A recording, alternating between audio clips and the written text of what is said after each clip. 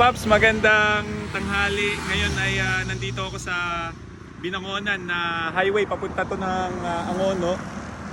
So galing ako ng Binangonan. Ayan.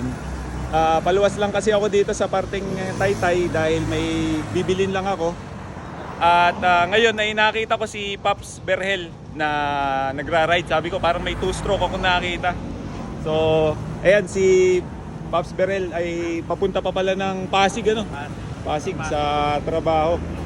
So ito yung motor niya dahil ito pala ay gamit niya pang araw-araw. Ilang taon na sa'yo itong motor? 2018. Tapos simula nun, ikaw na yung... ito ba yung hindi pa nalagyan ng sidecar? Pinagpalitan ng sidecar sa Pasig. Sa Pasig? Tapos ginamit ko na pang single. Nakano siya, naka-dropping. Okay.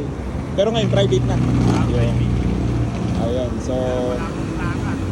Nag-order ako online, wala pa. Wala pa.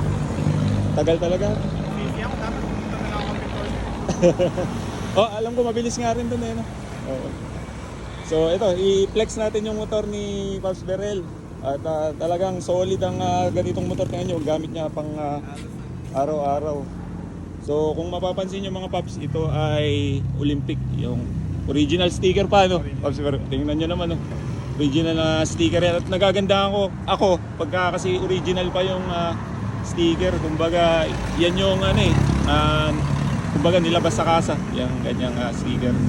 Ayan, no? Mapapansin nyo, AC125. Hindi to, mga 2001 ano? Olympic. Ayan, 2001, 2002 ganito yung lumabas. 25 years old na mga ganun. Ano na? Mga 25 years old na. 25. Oo nga. Halos kaedad din nung Brutus ko. 2000, sakto to 2000 na model. Talagang sobrang solid tong ganitong motor kasi sa tibay talaga doon mamasahan yung ganyang two-stroke. Kaya yun, alaga lang sa tuti, tama yung sabi ni Pops Berhel. Dahil nakita ko yung bag niya, tingnan nyo, may dalang tuti. Asan yun? Ayun! Ayan ang certified talaga na two-stroke rider. Ako rin, lagi ako may baon, hindi lang ako nakapagdala ngayon dahil dito lang naman ako, malapit lang sa Taytay. So, ito yung motor ni Pops Berhel. Ito, bore 100 or 100 na. Itong black. Tapos gumagana pa yung tuti pump mo, no? Inahalo mo na lang din dito. Kailangan ko palitan ng oil. Panghirap na rin kasi maghanap ng ganun pyesa. Tapos ito yung nagustuhan ko. Ang ganda ng pipe ni Pops Berhel. Tingnan nyo. Kinis.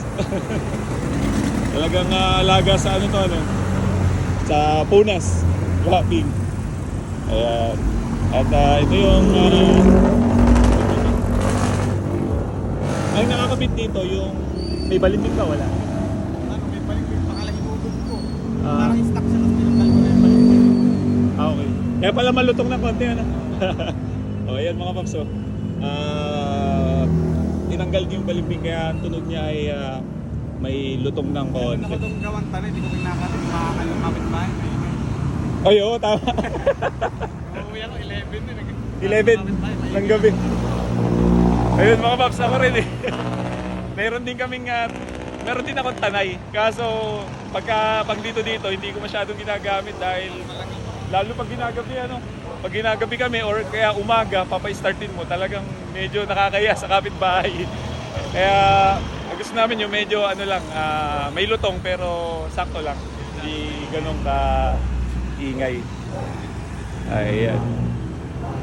Pwede ba nating paanda rin yung tunog ng motor ni Pops para marinig? Yan ang gusto rin marinig ng mga natin.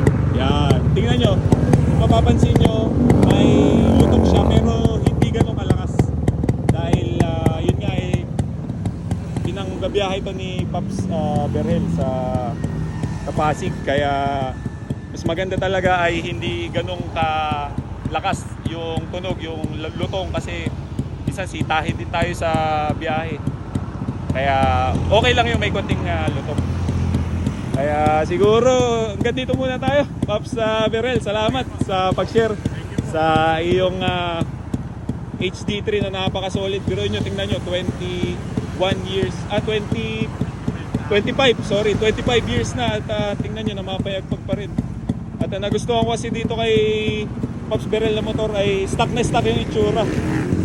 Ayan, kumbaga nandiyan kasi yung pagka-originality ng motor. Katulad nung sa akin, ayan, parehas kami na stock yung motor. Kaya mapapansin nyo, medyo maulan na kaya sige, ingat-ingat pre ulit. Ingat-ingat sa biyahe. Okay. Kaya ayun, maraming salamat mga paps sa mga sumusuporta sa 2-stroke. Kaya ingat sa atin lahat. And God bless. Thank you.